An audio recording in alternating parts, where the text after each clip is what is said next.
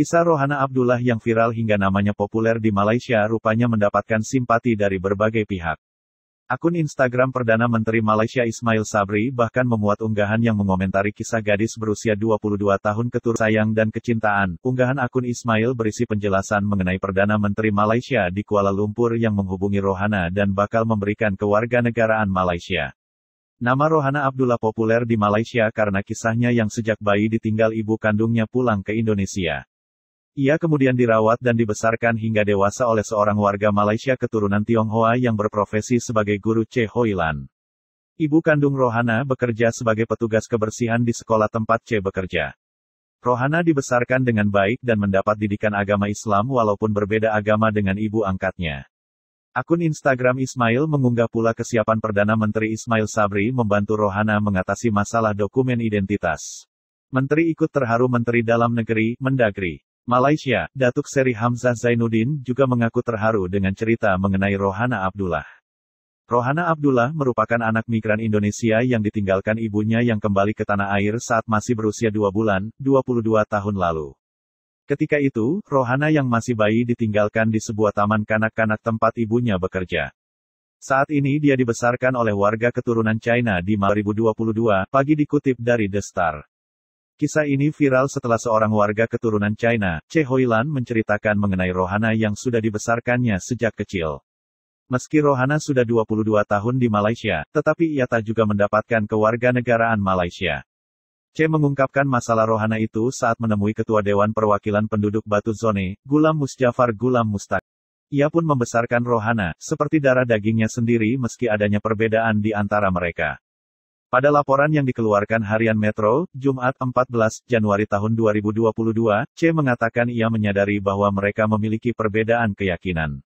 Itulah yang kemudian membuatnya menyediakan semua kebutuhan Rohana dan mengirimnya ke tempat belajar agama Islam. Terlepas dari itu, Che juga memastikan Rohana belajar dasar-dasar Islam dari sekolah dan interaksi dengan semua orang di sekitarnya. Saya menyayanginya seperti anak sendiri. Sejak ia kecil, saya memastikan ia makan makanan halal dan melakukan ibadah umat muslim hingga sekarang, tutur Che. Saya makan ayam, dia mau makan babi, saya kata dia tak boleh makan babi. Saya sendiri makan, dia makan ayam saja, nasi. Semua orang pun tahu, mak. Dia tak makan. Saya tak kasih dia makan babi. So maknanya sekarang anti nak akan jaga Rohana ni sampai bila-bila? Sampai saya mati. Saya harap orang tahu. Nanti dah kahwin pergi mana saya pun tak boleh tahan mesti mau kahwin ya enggak. Nanti dah kahwin pergi mana sudahlah happy lah. Saya pun happy lah jaga.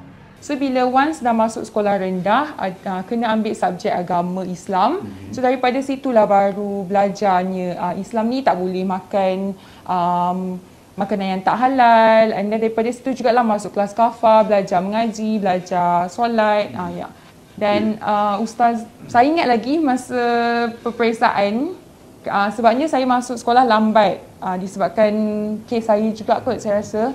Saya masuk sekolah pertengahan tahun 1 dan bila masuk-masuk tu cikgu bagi peperiksaan supaya nak tentukanlah masuk kelas apa kan. So bila agama, alif bata tu memang saya tak tahu langsung. So saya hantam je. So bila dah keluar result tu, ustazah panggil lah tanya kenapa, tak tahu kan, kat rumah tak ada siapa ajar ke semua. So saya pun cakap lah yang saya tinggal dengan aunty ni kan, so aunty ni pun bukan Islam. So dia pun ada hantar lah saya pergi satu kursus mengaji daripada Iqra' 1 sampailah ke Al-Quran. Bapa orang sini, orang Malaysia lah. Nak hubungi dia tahu lah. Ya, sebabnya daripada kecil memang dah tinggalkan lah. Ini yang jaga daripada kecil. Dan dia boleh beri keterangan lah. Betul. Hari Senin nantilah saya akan hubungi dapat pendaftaran. Lepas tu kalau ada apa-apa nanti, kawan saya akan hubungi you. Harapnya boleh tolonglah saya. InsyaAllah lah ini